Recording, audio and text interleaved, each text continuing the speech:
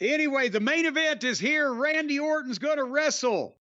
And he comes out and gets a standing ovation, and he's going to wrestle Javon Evans. And I don't know why they made this match, because apparently old Javon is a babyface, and Randy Orton, obviously in St. Louis, is fairly well thought of. So it's babyface versus babyface. And I didn't catch it. I forgot to go back and look and see what they introduced Javon at weight-wise. But would you say 185, 190?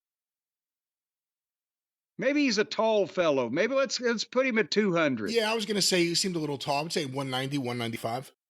Okay, they introduced Randy Orton at 290. And I believe it. He's massive now. And so he's 90 pounds bigger than this fucking guy. But think about this. In 2002, Randy Orton, because he's tall, probably weighed about 225 pounds, and Batista weighed 325. And now, 22 years later, Orton weighs 290, and Batista looks like he weighs 225. That's just an interesting factoid.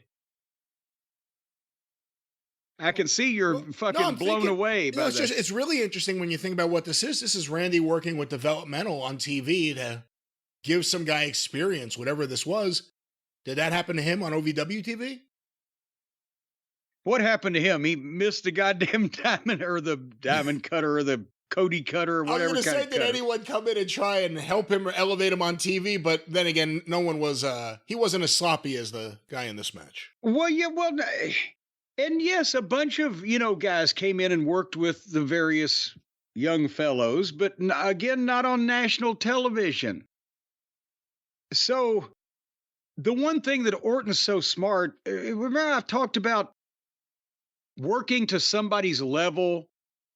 In other words, yes, you don't want to just beat the shit out of Javon Evans, the NXT guy, when you're the visiting star. You want to give him something, but at the same time, Randy Orton's one of the biggest stars in the business, and he's got to be in a position to draw money in main event pay-per-view matches. So he comes in and he works the match where a lot of times he's physically dominating the guy. He's a veteran. He's kind of toying with him, but then he takes him a little bit too lightly, and the guy comes with a surprise foot to the face, or the fucking boot, or the move, or the thing, or whatever that gets Orton off balance. Then the other guy gets the flurry.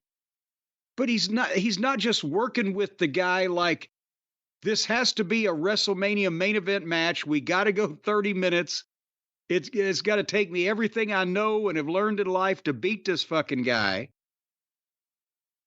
That's what the difference is between the people that know what the fuck they're doing, and not only how to keep their standing in wrestling, but also how to benefit the company they're working for by not devaluing themselves, by having a shit kicked out of them by a guy that's obviously green and not ready. And there's levels to this. So Randy, at one point, Javon foiled the table drop that Randy tried and did a dive, but I think he missed doing whatever they were trying to do, but Orton grabbed him and dropped him on the desk 4 times in a row. And the people are fucking going crazy, and Orton is a master having a match without taking a bump, right? And they're chanting Randy. And Javon Evans is another guy who has great leaping ability.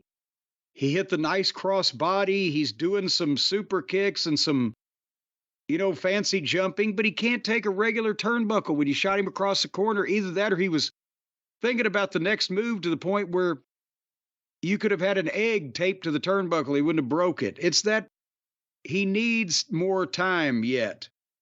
He's not a natural at in-ring stuff. He's a natural at athletic stuff.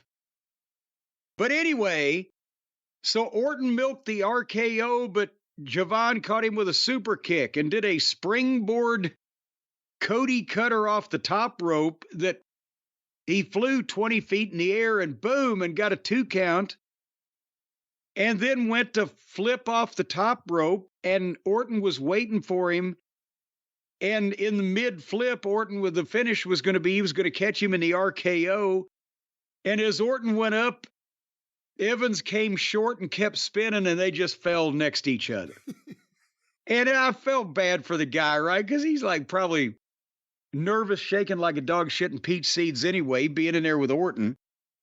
And then Orton picked him up and RKO'd him anyway to get the people to see it. 1, 2, 3. And then, in a departure from what Randy probably would have done 20 years ago, he picked the guy up, and you could see him saying, "That's okay," because the guy's like, "I'm sorry, I'm sorry." No, you're the fucking man, right? So I believe maybe somebody else might have a heel that nobody would have cared if he fucked anything up or if he got beat. Might have been a better thing to do. But nevertheless. And that was NXT. What you remember back when they were crowing that AEW won the Wednesday night war, Brian? When Yeah. when the WWE developmental program got slightly edged out by the ratings of AEW's flagship show. In a couple of years, the worm has turned. But we'll talk about that here shortly.